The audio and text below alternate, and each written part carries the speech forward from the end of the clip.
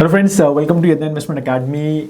अब हम बात कर रहे हैं अपने सीज़न 2 का हमारा म्यूचुअल फंड स्पेशल्स चल रहा है and so we are going to talk about compare 3 best one of the best mid cap funds. उसके बारे में यहाँ पर हम डिटेल में डिस्कस करेंगे और कि कौन से फंड्स हैं, कैसा परफॉर्म कर रहे हैं और क्या रिस्क है वो डिटेल में बात करेंगे और आपको काफ़ी हेल्प हो जाएगी एक अच्छा मिड कैप फंड सेलेक्ट करने के लिए। ठीक है, तो वही ऑब्जेक्टिव बेसिकली लास्ट तक वीडियो को ज़रूर देखना और लास्ट में यही ऑब्जेक्टिव है। कंक्लूजन में मैं आपको ये लास्ट में समझाने वाला हूँ। ठीक है, और अगर ये जो सारा डेटा है, क्योंकि काफ़ी सारा आपको डेटा लिखेगा, ये आप कहोगे यार ये डेटा तो कहीं मिलता ही नहीं है। हाँ, तो ये डेटा बहुत कम जगह मिलता है। तो फंडोमीटर करके हमारा प्लेटफॉर्म है जहाँ which is one of the most comprehensive mutual fund platform, तो वहाँ पे ये सब डेटा मिलता है। तो if just go to our invest India website पे and you can check fundometer. If you want to subscribe you can subscribe, नहीं तो फ्री में भी काफ़ी सारी डिटेल वहाँ पर मिलती हैं। ठीक है, शुरू करते हैं। तो बेसिकली 3 फंड का हम कंपैरिजन यहाँ पर करने वाले हैं। तो एचडीएफसी का, कोटक का एंड थर्ड इज निप्पॉन का। ठीक है, तीनों मतलब तीनों में कंपैरिजन करेंगे जब आपको समझ आएगा कि तीनों बहुत अच्छे funds and difficult to select also among them. ठीक है, तो बट स्टार्ट कैसे करते हैं कि मिड कैप फंड क्या होता है पहले तो मिड कैप फंड क्या है कि as per definition equity fund है जिसमें minimum 65% allocation mid cap stocks में डालना है। तो मिड कैप स्टॉक्स क्या होते हैं? मिड कैप स्टॉक्स होते हैं जो इंडिया के लिस्टेड एंट्री कंपनीज के 101 से लेके 250th कंपनी, सबसे बड़ी 101 से लेके 250 250th कंपनी है, 150 कंपनीज जो हैं, these are the mid cap stocks. अब ये जो फंड है इसको 65% एलोकेशन कम से कम इन 150 कंपनीज में लेना है। बाकी 35% the fund manager can take allocation in any where, मतलब स्मॉल कैप रखना है, लार्ज कैप रखना है, कंप्लीटली उनका प्रोग्रेटिव है, उसमें कोई इशू नहीं है। ठीक है, तो ये होता है मिड कैप। अब ऑफ कोर्स थोड़ा सा एग्रेशन रहेगा ना, लार्ज कैप जैसे टॉप 100 कंपनीज होती है तो उससे थोड़ा सा ज़्यादा वोलेटिलिटी एंड एग्रेशन इसमें रहता है, तो ज़्यादा risk, higher risk profile investor should only invest in it. ठीक है, क्योंकि छोटी कंपनीज हैं भाई as compare to large caps. अब अगर हम बड़ी कंपनीज देखें राइट, तो सबसे बड़ा जो मिड कैप फंड है इंडिया में वो है एचडीएफसी और बहुत पुराना भी है एंड कंसिस्टेंटली काफ़ी अच्छा परफॉर्मर भी है, वो हमारे कंपैरिजन में है ही राइट। सेकंड सबसे बड़ा है कोटक मिड कैप, थर्ड है निप्पॉन राइट, फिर मोतीलाल ओसवाल मिड कैप काफ़ी अच्छा बीच में किया राइट, फिर axis mid cap, SBI mid cap. तो इस तरह से ये टॉप मिड कैप फंड्स हैं। हम टॉप 3 यहाँ पर कंपेयर करेंगे, जो तीनों हैं उसको हम यहाँ पर डिटेल में कंपैरिजन करने वाले हैं। सो अगर आप देखो तो तीनों फंड्स काफ़ी पुराने हैं, मतलब ऑलमोस्ट 2 को तो ऑलमोस्ट 20 ईयर्स होने वाले हैं और एक को ऑलमोस्ट 30 ईयर्स हो चुके हैं। ठीक है, तो एचडीएफसी मिड कैप जून 2007 में स्टार्ट हुआ था, कोटक मिड कैप मार्च 2007 में स्टार्ट हुआ था और निप्पॉन मिड कैप तो 1995 में शुरू हुआ है। ठीक है, तो अच्छा खासा समय इनको तीनों को फंड को हो चुका है। तीनों टॉप 3 फंड्स हैं। तो एचडीएफसी मिड कैप तो ऑलमोस्ट 85,000 करोड़ रुपीज़ मैनेज कर रहा है। ठीक है, और कोटक मिड कैप जो है वो ऑलमोस्ट 56,000 करोड़ रुपीज़ मैनेज कर रहा है। निप्पॉन जो है वो ऑलमोस्ट 40,000 करोड़ रुपीज़ मैनेज कर रहा है। तो serious money all 3 fund managers are managing और तीनों टॉप 10 फंड हाउसेज हैं। तो एक वो भी हमारा चेक मार्क हो जाता है कि अच्छे फंड हाउसेज हैं क्या। तो टिपिकली हम ऑलवेज है ना कि टॉप 10 फंड हाउसेज पे कोशिश करके हमारा मेजरली कोर पोर्टफोलियो वही होना चाहिए। तो ये तीनों टॉप 10 है। एचडीएफसी आई थिंक नंबर 3 है, कोटक नंबर 4 है और आई थिंक निप्पॉन नंबर 5 या 6 है। तो वैसा ये तीनों बड़े फंड हाउसेज हैं।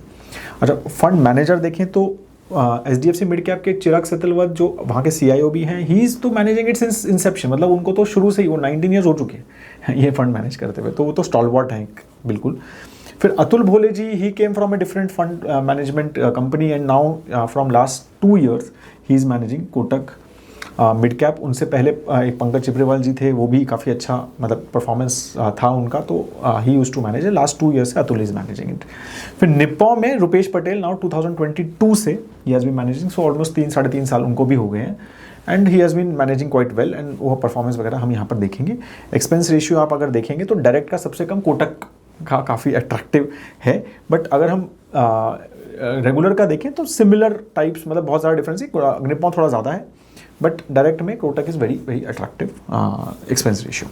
अब कैसे ये फंड्स बढ़े हैं देखो आप, तो लास्ट अगर 5-6 ईयर्स का डेटा देखें तो सितंबर 2020 में ये जो फंड था एचडीएफसी 22,000 करोड़ का था, अब 85,000 करोड़ का हो गया। ठीक है, तो 4 टाइम्स जो है वो फंड बढ़ गया है।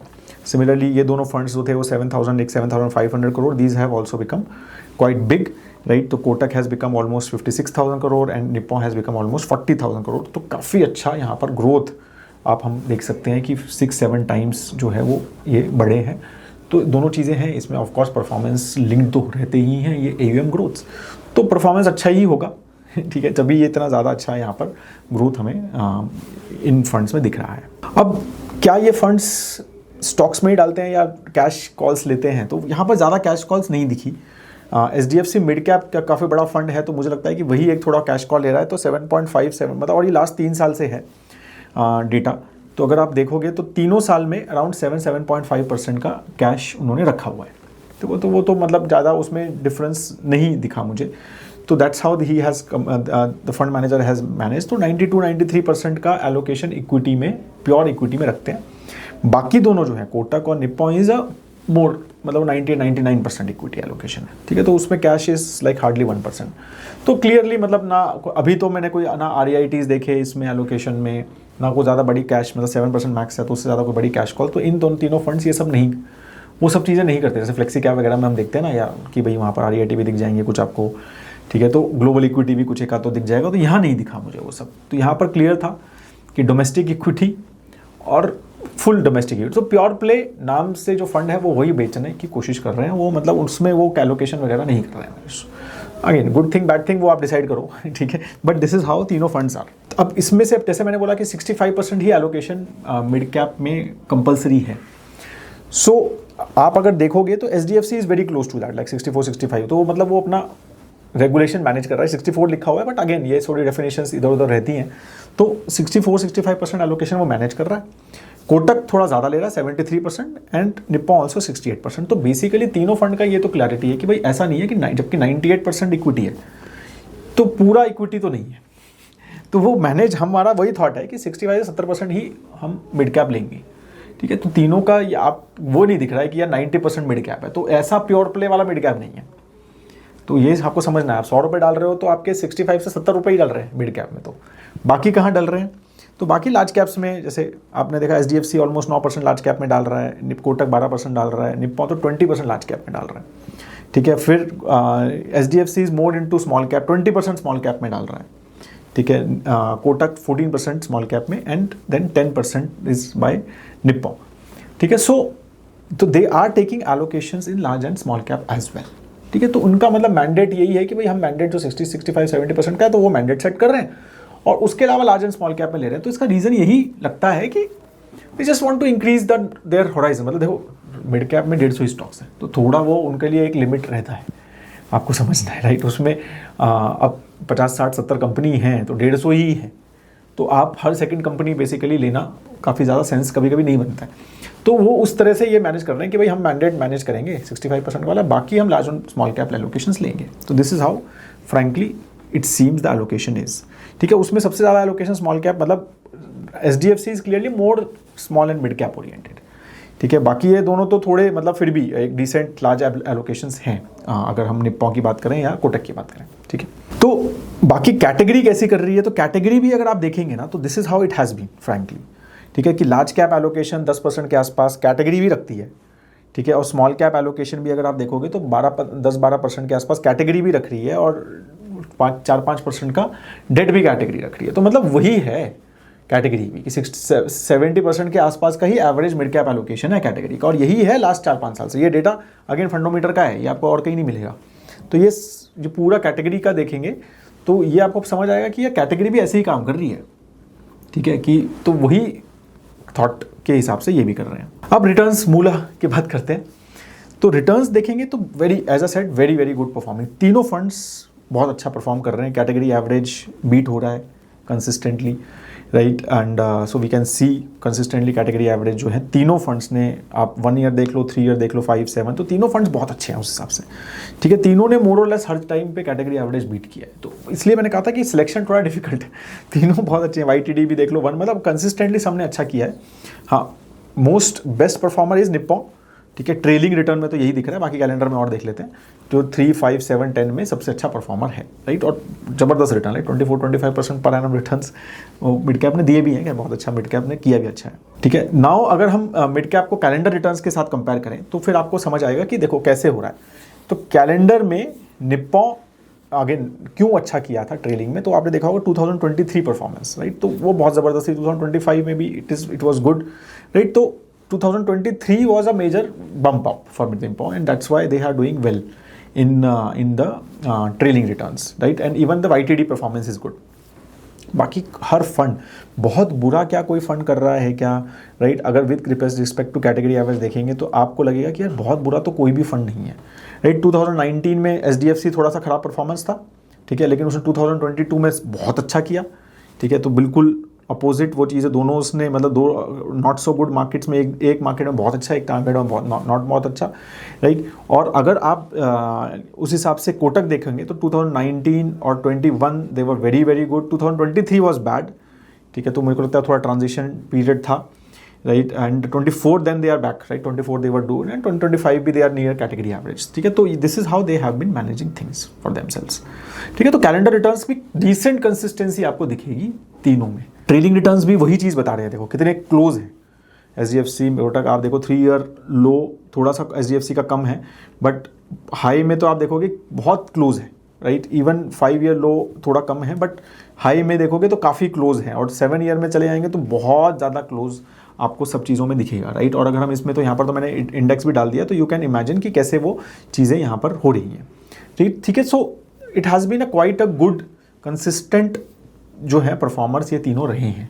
तो इट्स अ डिफिकल्ट, अब हम रिस्क में थोड़ा सा समझते हैं, उससे आपको समझ आएगा कि लास्ट में लेना कौन सा है, ठीक है। अच्छा, थोड़ा ये देखते हैं कि ट्रेंड क्या है। देखो, तो अब SDFC मिड कैप का देखोगे तो काफ़ी स्टॉक्स ऐसे हैं, आप देखो इसमें थोड़ी चर्न थोड़ा ज़्यादा रहता ही है अगर मिड कैप कैटेगरी बात करें तो, ठीक है। तो मैं जैसे मिड कैप कैटेगरी देख रहा था 50-55% का PTR पोर्टफोलियो टर्नओवर रेशियो, मतलब इतना पोर्टफोलियो चेंज हो जाता है हर साल में। लेकिन यहाँ पे आप SDFC मिड कैप देखोगे तो 78 स्टॉक्स है, 7% का PTR, सिर्फ 7% स्टॉक चेंज किए हैं एक साल में, राइट। तो बहुत कंसिस्टेंसी आपको दिखेगी भी ही। देखो मैक्स फाइनेंशियल सर्विसेज ऑलमोस्ट 10 साल से लिया हुआ है, इंडियन बैंक ऑलमोस्ट 10 साल से लिया हुआ है, फेडरल बैंक 10 साल से लिया हुआ है, राइट, इप्का 10 साल से लिया हुआ है। तो टॉप में ही आपको दिख जाएंगे, और आप ये पूरा डेटा सारे स्टॉक्स देख सकते हैं हमारे फंडोमीटर में, बट ये आपको समझ आ रहा है ना कि कितना कंसिस्टेंटली वो कर रहा है। और आप ये देखो 1 ईयर में तो एक भी ऐसा स्टॉक नहीं है जो नया एंटर हुआ है टॉप 10 में, ठीक है। सारे के सारे स्टॉक वो लास्ट ईयर भी थे और अभी भी हैं। तो दिस इज़ वेरी इंटरेस्टिंग कि कितना कंसिस्टेंसी उसकी है, राइट। कोटक में फिर भी चर्न दिखेगा आपको, तो कोटक में देखोगे तो देखो आप यहाँ पर आपको देखो लास्ट 1 ईयर में तो ज़्यादा चेंजेस नहीं है, but there has been changes, right, कि जैसे इंडियन बैंक एंट्री नहीं ली है इस साल, KEI इंडस्ट्री 2 साल पहले ही एंट्री ली है, जी वर्नोवा, ठीक है, I think one of a very very good performer, right, तो 2 साल पहले ही एंट्री ली है, ठीक है। तो and again Vishal Mega Mart is also 2 साल पहले, तो यहाँ पर आपको चर्न दिखेगा, but again this can be one the factor of fund manager change as well, ठीक है। फंड मैनेजर ही 2-2.5 साल पहले चेंज हुआ है, तो यहाँ पर ही वो आपको थोड़े चर्न दिखेंगे, ठीक है। तो वो 24% का यहाँ पर PTR है, बट स्टिल कैटेगरी एवरेज से कम है, तो वो चीज़ें समझनी है। 66 स्टॉक्स हैं, ठीक है। एंड थर्ड अब देखते हैं तो वो निप्पॉन का देखते हैं। Nippon is also like SDFC very consistent, ठीक है। फंड मैनेजर भी 3-3.5 साल हो गए हैं, लेकिन नंबर ऑफ स्टॉक्स बहुत ज़्यादा है, 98 स्टॉक्स लेता है वो, ठीक है, निप्पॉन। तो वो चीज़ भी हमें समझनी है, और 4% का ही PTR है, तो वेरी वेरी लो चर्न है ही नहीं, मतलब ऑलमोस्ट नेग्लिजिबल चर्न है एज कम्पेयर टू हम अगर बात करेंगे कैटेगरी एवरेज से, right. So this has been the hallmark of the their all 3 performance. तो तीनों ने देखो अल्फा क्रिएट किया है, राइट। रिस्क रेशियो अगर आप देखोगे और हिस्टोरिकल देखोगे, ये तो लास्ट 10 साल का डेटा है ऑलमोस्ट, तो तीनों ने रिसेंटली अच्छा अल्फा क्रिएट किया है। देखो सबसे कम थोड़ा कोटक ही रिसेंटली थोड़ा कम है, बट देखो कभी भी नेगेटिव अल्फा नहीं किया है यार, मतलब it is very very phenomenal. देखो लास्ट 10 साल में आप अगर देखोगे, ठीक है, कंसिस्टेंटली अल्फा 2-3% से ज़्यादा है इंडेक्स से, ठीक है। सो ये बहुत ज़बरदस्त परफॉर्मर है। इसमें तो फिर भी SDFC मिड कैप में फिर भी टाइम आया था 2019, 2021 में, कि जिसमें उसने थोड़ा जीरो के आसपास आ गया था, अल्फा खत्म हो गया था, बट देन ज़बरदस्त पिकअप, ठीक है। लास्ट 3 साल में 4 साल में ज़बरदस्त उसका पिकअप रहा है, ठीक है। और यही आप अगर देखोगे निप्पॉन में, ठीक है, तो इट हैज़ गिवन लाइक 2017-18 जब वो था तो उतना अच्छा रिटर्न्स नहीं थे, but then the fund has change, और लास्ट 3 साल में जब से नया फंड मैनेजर आया है तो we can see clear benefit, right, यहाँ पर। तो फंड मैनेजर का यहाँ पर इम्पैक्ट आपको यहाँ पर तो बहुत अच्छे से दिख रहा है निप्पॉन में, ठीक है। तो अब ये चीज़ें हमें समझना है कि अल्फा तीनों जनरेट कर रहे हो, 3 साल से तो तीनों कर रहे हैं, बट कितनी कंसिस्टेंटली है, सबसे ज़्यादा कंसिस्टेंटली कोटक में है, ठीक है। तो मतलब उस नेगेटिव सबसे ज़्यादा कंसिस्टेंटली, राइट। और ये जो है it is like negative to positive types, right. तो that is what the Nippon has done. And HDFC तो काफ़ी मतलब वर्सेटाइल है, it has done exceptional, but बीच में था उनका समय, बट जब वो अल्फा देता है तो एकदम छप्पर फाड़ के, ठीक है, तो वैसा फंड है वो, ठीक है। रिस्क भी देखो, आप रिस्क भी उसके हिसाब से देखेंगे तो बीटा जो है ये 1 से कम है, अच्छा से कम है, राइट। इवन कोटक भी जो है बीटा कम ही ले रहा है मोस्टली, एटलीस्ट स्पेशली लास्ट 2 साल में तो सिग्निफिकेंटली डिक्रीज किया है, तो अगेन फंड मैनेजर का डिफरेंस लग रहा है कि लो रिस्क थोड़ा ज़्यादा है, ठीक है। And from perspective of Nippon, वो थोड़ा हायर रिस्क ले रहा है, तो थोड़ा उसका risk wise it is little more riskier. अगर इक्विटी एलोकेशन भी ज़्यादा है, ठीक है, तो वो भी एक फैक्टर है, but it is overall it is little more riskier from that perspective, ठीक है। तो वो एक थोड़ा हायर रिस्क साइड पे, कैटेगरी एवरेज की क्लोज रिस्क साइड पे रहता है, ठीक है। बट परफॉर्मर लास्ट 3 साल में देखो उसने कम किया है अपना रिस्क, ठीक है, as compare to category average, close ले आया है और परफॉर्मेंस इंप्रूव हुआ है, तो वोटालिटी भी कम करी है और चीज़ें इंप्रूव, इससे अल्फा बहुत अच्छा इंप्रूव हुआ है। स्टैंडर्ड डिविएशन भी यही चीज़ें समझाता है कि हमें सेम ही चीज़ है कि ये this is very close to category average and these are lower than category average, दोनों फंड्स। तो risk wise Nippon is a little higher risk fund, ठीक है, but 3 years has been very good, तो fund manager has clearly change the outcome, ठीक है। और Kotak is one of the most consistent, little lower risk but very very consistent. HDFC क्या है कि एकदम आपको देगा तो ज़बरदस्त रिटर्न्स, और थोड़ा बैठेगा तो थोड़ा बैठ भी जाएगा, ठीक है। तो इस तरह से चीज़ें हमें समझनी है, राइट। तो रिस्क रेशियोज अगर हम देखें तो 5 year कैगर वगैरह तो तीनों के बहुत अच्छे हैं, राइट, और अल्फा वगैरह भी तीनों ने अच्छा जनरेट किया है, but we have to understand all these things कि कैसे तीनों फंड्स डिफरेंट हैं। तो आपको अगर कंसिस्टेंसी चाहिए ना कि यार मुझे ना बुरा नहीं करना है बहुत, ठीक है, मुझे थोड़ा सा अच्छा करना है इंडेक्स से, तो Kotak has clearly shown that in last 10 years, ठीक है। आपको एक थोड़ा higher risk mid cap fund लेना है तो Nippon is your should be your choice of fund, right. थोड़ा भाई मेरे को ज़्यादा रिस्क लेना है and new fund manager is doing also well, तो may be I am just working with that. और आपको एक वर्सेटाइल HDFC फंड लेना है, राइट, जो आपको पता है कि यार हो सकता है कि 2-3 साल खराब करे, लेकिन जब अच्छा करेगा तो बहुत अच्छे रिटर्न देगा, और अगर आप टाइम कर सकते हो जब खराब कर रहा डालो तो वो कर सकते हो, तो समथिंग लाइक दैट। बट वो एक बहुत वर्सेटाइल, मतलब आप क्या 18-19 साल से ही इज मैनेजिंग इट, तो एक बहुत वर्सेटालिटी पर्सपेक्टिव से वो वैसा फंड है, ठीक है। और सेम फंड मैनेजर मैनेज कर रहा है, तो वहाँ पर वो एडवांटेज है, बट थोड़ा AUM ज़्यादा है, but I think performance shows की ज़्यादा कुछ फ़र्क, जो AUM फैक्टर जो है बहुत बड़ा नहीं है वहाँ पर, ठीक है। So that is all I just wanted to talk to you about this. If you still have any questions on this, I hope that आपको ये कंक्लूजन और ये समझ अच्छे से आ गया होगा कि क्या लेना है आपको। तीनों बहुत अच्छे फंड है, फ्रैंकली मुझे ऐसा लगता है कि तीनों में आप कहीं गलत तो बहुत ज़्यादा नहीं जा रहे हो, ये तो क्लियर है, ठीक है। अब आपको किस थॉट से लेना है वो आप लो, आपका फाइनेंशियल एडवाइजर किस थॉट से ले रहा है, बट गलत आप तीनों में कहीं नहीं जा रहे, ठीक है। So that is what I just wanted to tell you. If you still have any question, as I said, comment section में लिखो और लाइक ज़रूर करो वीडियो को, ठीक है। और फंडोमीटर पे कुछ अच्छे वो चल रहे हैं अपने कूपन कोड्स, तो एक बार इन्वेस्ट इन द वेबसाइट पे देखो, अगर आपको लेना है तो अच्छा टाइम है, कुछ अच्छे they are very good coupon codes which are going on, ठीक है। You can check on our website. Have a great time है दोस्तों, जय हिंद।